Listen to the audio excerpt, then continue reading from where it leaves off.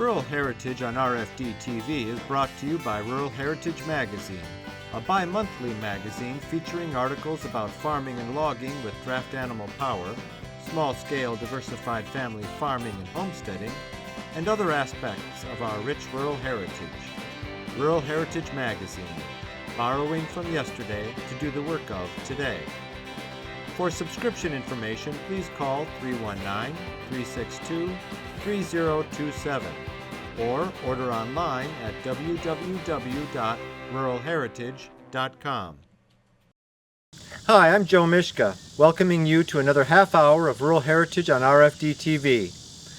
During the last week in June for the past 29 years, men and women from all over the United States have gathered in southern Minnesota to participate in a wagon train. What's special about this wagon train is that it raises well over $30,000 a year to help families send their children to a summer camp for persons with special needs. The camp is called Camp Winnebago. I started back in '85, and then we were just doing it, and all of a sudden we got to find a name for us and everything. So somebody decided, well, let's call it the Friendship Wagon Train. We did, and I've been doing it ever since. And we've been hanging in there. And, you know, it's easy for us to do. Actually, it's kind of easy to do, even though it takes a little time out of our life, is because we've got known and stuff. And now we go to a lot of these towns, and people just fall in for doing meals for us and stuff like that, you know, so, yeah. But that also suggests that you guys have been treating them right. I mean, you've been making sure you don't burn any bridges. Yep, that's one thing right there, you know, because we always get invited back by people. You know, come on back. And just like this church, we were at this church here, through this church, 2004. So it's been 13 years ago. We came through here and took a break overnight and went to that church again. And as soon as we called them, they said, yeah, sure, come on up, you know. And that's no little thing. I mean, they're up awful early to get that going. Yep. In the town last night, they had a barbecue open to the whole town and everything, invited them out and everything, and people get a chance to come and look at it and everything, you know. No, it's really a shame that, you know, a lot of these small towns in rural America are coming to an end, you know what I mean? And we live out in the country 10, 12 miles, something like that, right? And but to go into the city for work, I'm just in a hurry to get out of there by the time the day is done, isn't it? People just move too fast and everything, you know. Slow down and look at things. And I invite people to ride on the wagon train, you know. And a lot of these, I say, you got somebody who wants to come out and ride with us, go ahead and come out and ride with us, because you're going to see something you've never seen before, because we're only traveling 3.5 miles an hour. And that's happened before. We've had ladies ride with us, you know, from one town to another and say, I didn't know this was out here and everything. You know, but as a matter of fact, talking like this, when we first started doing this for Camp Winnebago, and they're down at Caledonia, and the camp is 6 miles out in the country, there were people that didn't even know what the camp was. There was something out there, and they'd see people there, but they didn't know what it was.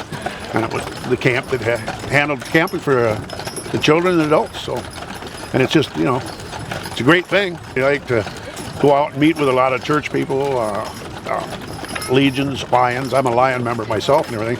And you start talking about the things, and you know, you just talk people right into it, and it's pretty easy. So I get people to ask me, well, JD, how do you do all this? How do you get this done? You know, and stuff. Well, first of all, you got to believe in what you're doing. And if you believe in what you're doing, you'll do a good job. So it just keeps going. And I want this. I'd like to see this thing going on and on and on and on. But the problem is I want to start slowing down and be somebody in the back too that doesn't just follows along and stuff like that. So, but we got younger boys. I got one that said he's going to take it over. And yeah, he called last night. He's in Iraq. And he said, yeah. He said, yeah. I said, well, I'll keep her going another 2 years and everything. But I said, you got to be ready to take over. And for me and Monica too, it's a way that we've met so many people. We have friends all over the United States because of this and everything, you know. And if we ever decide to go visiting someplace, we can just get in the vehicle and start going.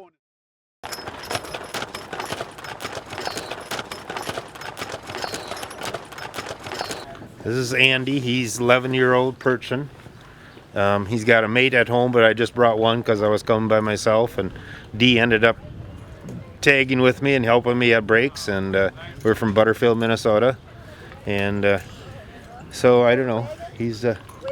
How old is he? He's 11, I believe. Okay. Actually bought him down at Waverly as a team as 3-year-olds, and we've been having fun with him since that. What else do you do with them besides pulling the carriage? So at home, this spring we hauled out 40 loads of manure, and a couple weeks ago we raked 3.5 acres of hay. Then at our steam and gas engine show, we do a little plowing. We put them on the horsepower to elevate oats, and we also have a burr mill that's a horse-powered burr mill that they walk around the circle and grind corn. And then he's got a life of leisure besides that. So When is that steam and gas show? that is the third weekend in August, the 19th and 20th of August. And where is that? Butterfield, Minnesota, southwest Minnesota, kind of halfway between Mankato and Worthington. It's their 51st year this year. Wow, that's amazing. That's a long time.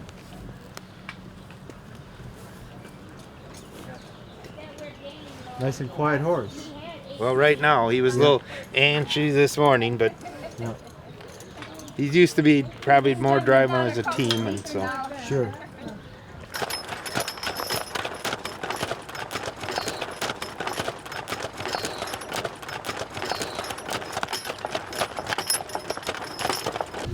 We just picked these up last fall. Where? Kentucky. Okay. We were out on a Georgia wagon train and somebody wanted my other mule and I stopped and get another team, you know. So You bought them broke then? they were started. Okay. We're finishing them now on the wagon train. and giving them, You do a lot with your mules. yes, plowing and disking and hull manure and belong to the Northern Draft Horse Association. They got field days and they have plow days, so we work them pretty good. How are they working yesterday? It went super good, super. Never been on a wagon train before, but they impressed me, so I'm satisfied.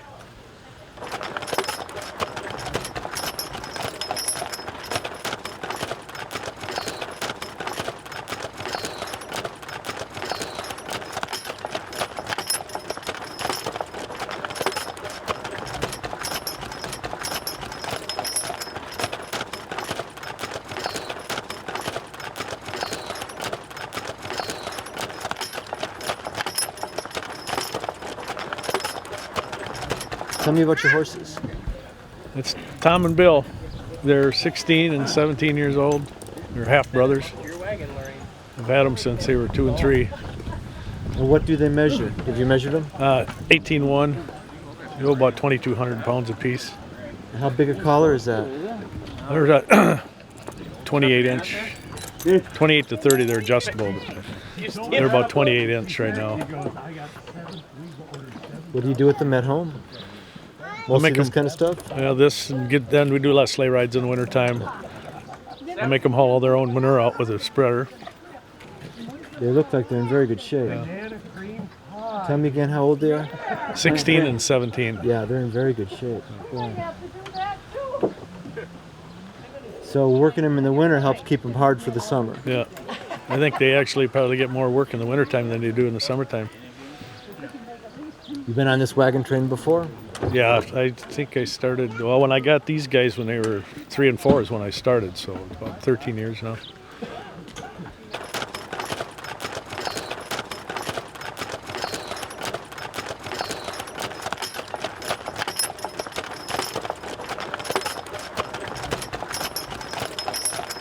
I'll tell you, one of the guys that used to come on this wagon train, Jim Malone, that was kind of his catchphrase. Every day's a holiday, because he retired and every day was a holiday. And he ended up dying of leukemia one year, and he died as I was building that wagon. So I carved it in, and In memory of him. yeah, it's Jim Malone's Every Day is a Holiday. That's a great story. I've had them for 8 years now. I bought them when I was on the Alabama wagon train. So So did they come out of Alabama or Kentucky? Or? yeah, well, she came from Alabama and she was from Tennessee, but a guy had them there. I was looking for a team and I was looking for something young and cheap, and this is what I came home with. You do a lot of wagon trains? I do, yeah. I used to do construction, and I would be laid off in the winter, and that's when all the southern wagon trains are. So I used to go down to Alabama and Georgia and Tennessee, and I still go to Tennessee when I can. So this wagon train kind of got me started into wagon training. When I was 10, 11 years old, one of the neighbors had a team, and I lived in town, and he started bringing me with whenever he'd give rides in town, and then he invited me with to come on the wagon train with him, because he's older and he needed a hand every once in a while. And well, I went on my first one of these when I was 12, and I'm 31 now, and I've been on every single one since. So, and Bob, the guy that got me into all this and taught me how to drive and whatever, I think it was 2 years ago. You know, he's getting into it. I don't think he's 90 yet, but he's close. And he came finally, and all the years I rode with him in his wagon with his team, you know, he came and rode with me in my wagon with my team. So it's kind of a special moment to have your mentor come and ride with you.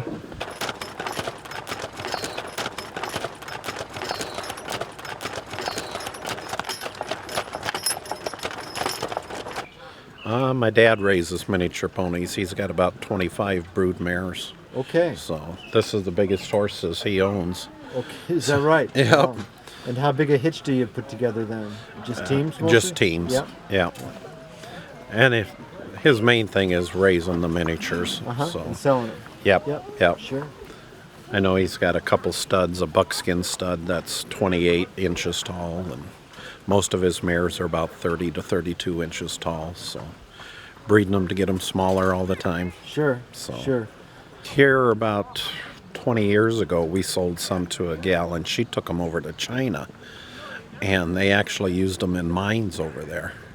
So I think she put about 75, 80 head together and took them over there. I'll be darned. So, Wow. yeah, there's a use for them, but around here it's mainly for novelty and pets. And How tall are they? 40 inches. Okay. And how small do they get? Well, our smallest one at home is 28. 28. Yep, A lot of heart in these ponies. right. They don't really know they're little ponies, do they? Oh. No, they want to keep up.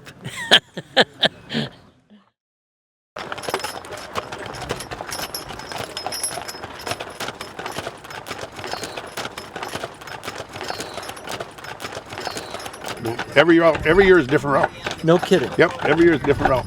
But not different towns necessarily. A lot of different towns. No kidding. Yep. But see, the deal is, like you get down near the camp in Caledonia, it's the prettiest country. It's all hilly down in there, right? But after a while, the small towns you keep coming in every year, they get no big thing anymore. So I've done different things. One year I started at the camp and went the opposite direction. Went as far as Austin, Minnesota down here. And then the next year we started in Austin and went to Goodhue. The next year we started in Goodhue and went south. Made a big circle around the camp and everything. But yeah, every year it starts at a different place every year. So, and that's really getting to be the hardest part, is finding a place to start to get everybody together. I mean, every place you go, they're plowing up the hay fields, and the CRPs are going by the wayside and everything. And then the next thing is the big farmers complain that they're not getting enough money for their corn or their beans and everything. Right. So. Absolutely. So most wagon trains, or a lot of wagon trains, people are kind of on their own for dinner and lunch and breakfast. Mm-hmm. You don't do that. No, because that's the women, and if you get in, say at, we were in yesterday at 2:30 or something like that, that's fine. But if you get in at 4:30 or so, and I try to get them in off the road before the traffic gets heavy. But, if you come in and then you got to take care of your stock first, and then the ladies got to cook, and then you got to carry more stuff along, and food and grills and all this other stuff. So, and every meal has been set up along this route, and the number of them are free. Last night, everybody was free for them. They barbecued pork and stuff, or a free will offering. And I just tell everybody, if you put $2 or $3 in there, you can't eat any place cheaper than that. No. And then most of the organizations just don't take that back to the camp. We take it back right with us anyway. So, and I figure out, if you got 3 meals a day, that's $21 a day. You know, if you figure $3 and everything, by 7, you know, you can't eat at home 7 days for the money that's going on. And there's a lot of different things going on. So my wife Monica, she's the registration lady. They send her registration, and our registration fee is $35 for the week. For that $35, that pays for the bus that we lease, it pays for the radios that I lease, it pays for porta potty dumping and water fill and stuff. $35. $35 for the week. For the week. For the week. Not a day. Not a day. $35 for the week. You're kidding. No. Or $70 a family, and then you can have all your kids and everything too, you know, and your wife too if you want. And so that's what cheap that is. Yeah, I know. So that's what the registration goes for. Well, when they register, then we send them a book. It's a pledge book, and then they all raise money in their own hometowns and stuff like that. And it really works out good. I mean, I hold off, you know what I mean, until the end to get it done. You know, I got an envelope right now with, I think, pretty close to $5,000 in checks that I picked up in Rochester and stuff. And people are doing that. But we'll hit, and all that money goes right to the camp. And I have papers in my brief that shows that the board of directors voted that money was only for camperships, not to pay the electric bill or the maintenance bill and stuff like that. And, you know, since we've been doing this, we've given the camp over $1 million. You know, so what did we hit last year, Monica? 35,000 in the week time?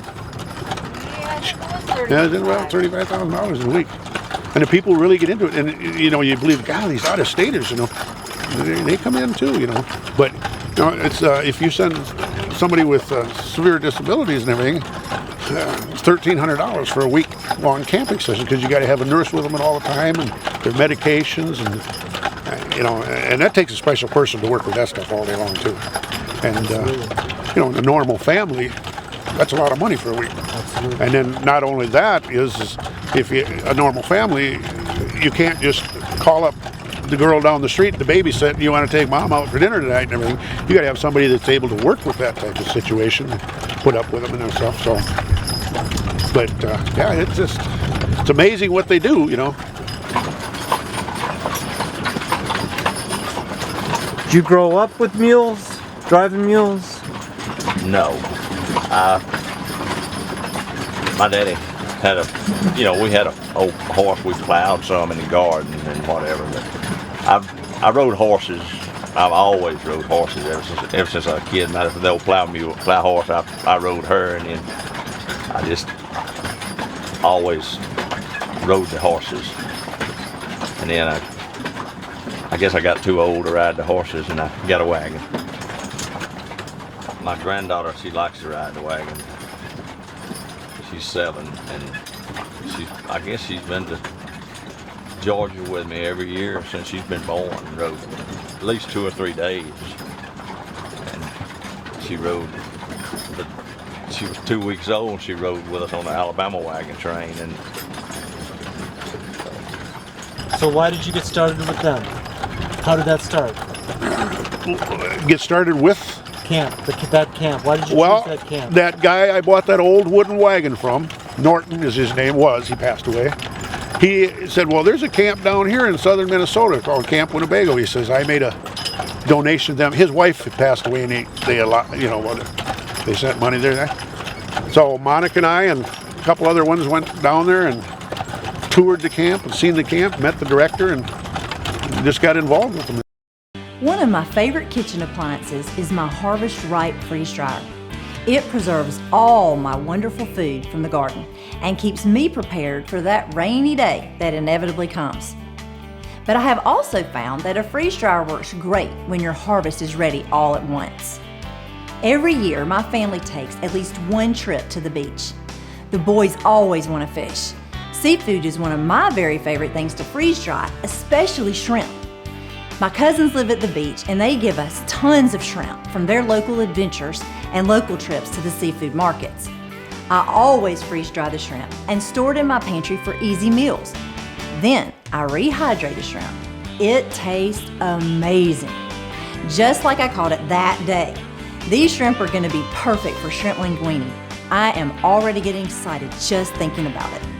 For more information about my Harvest Right freeze dryer, visit harvestright.com. Hi, I'm Stacy. Today I'm going to show you how to make my favorite soup of all time. Some people call it provincial vegetable soup, but of course it's not complete vegetable because I have my stew meat here, my deer meat that I'm going to be adding to it. My grandmother used to make this soup and it is fantastic. I would go to her house and she would serve it with a side of potato salad and a grilled cheese sandwich.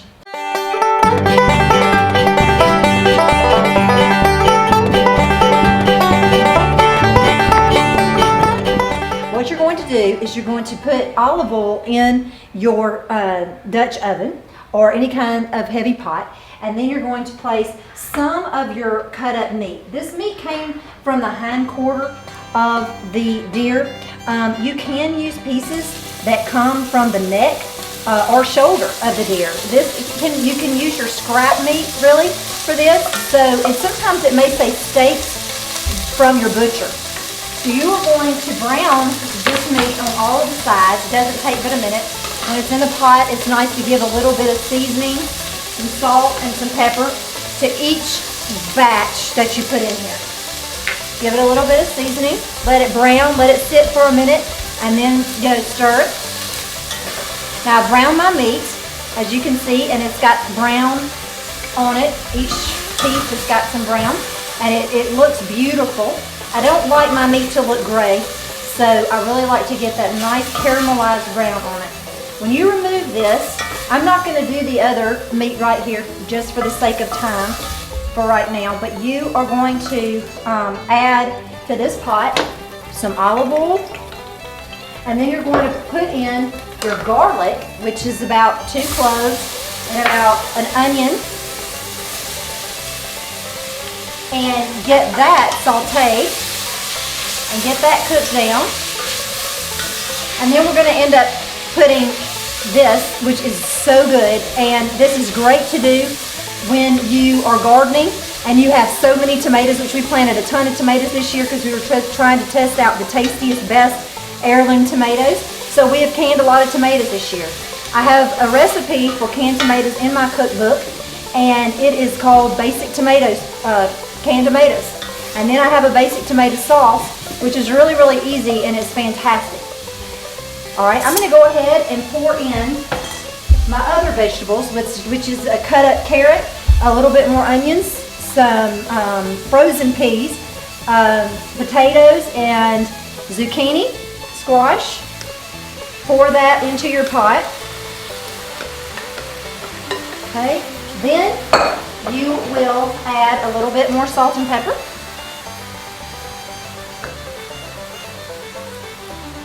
Then go ahead and put your tomatoes in. And then I like to put a little bit of water in there. I like to kind of, probably about 1 inch over the top.